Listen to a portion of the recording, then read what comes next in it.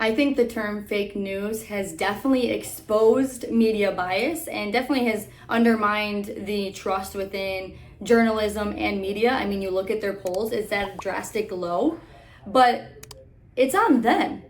I mean, I think for a long time, because media was monopolized by a few different channels, it was hard for people to think outside of that because they were only getting their news source from there. So it's conditioning the mind to believe one of these few options, and that's it. The benefit of the idea behind fake news also came at the same time of social media. So you have Twitter, you have Facebook, you have all of these different platforms, Instagram, with all these different figureheads where you can pick and choose who you listen to. And you might be thinking, oh man, I've never heard a perspective like that. It's not because the perspective hasn't always been there. It's because you've never heard it because there wasn't a platform for it to be heard.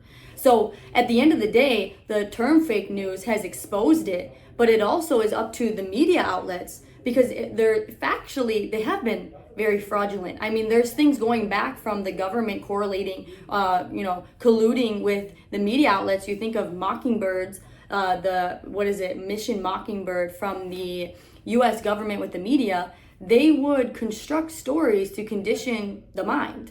And so the thing is, we don't know about that as the American people. And so we just take what the media says as fact. But in reality, there's so many cases throughout history where the government and the media collude together to share a story and a narrative. And because the American people were only exposed to that, they were able to manipulate the public to a drastic degree. Now with the idea of fake news and social media, it's not as easy because I don't have to go to CNN. I don't have to go to Fox News. I can go to X and Twitter Spaces. I can hear from Elon Musk, and I can hear from this person and this person and this person.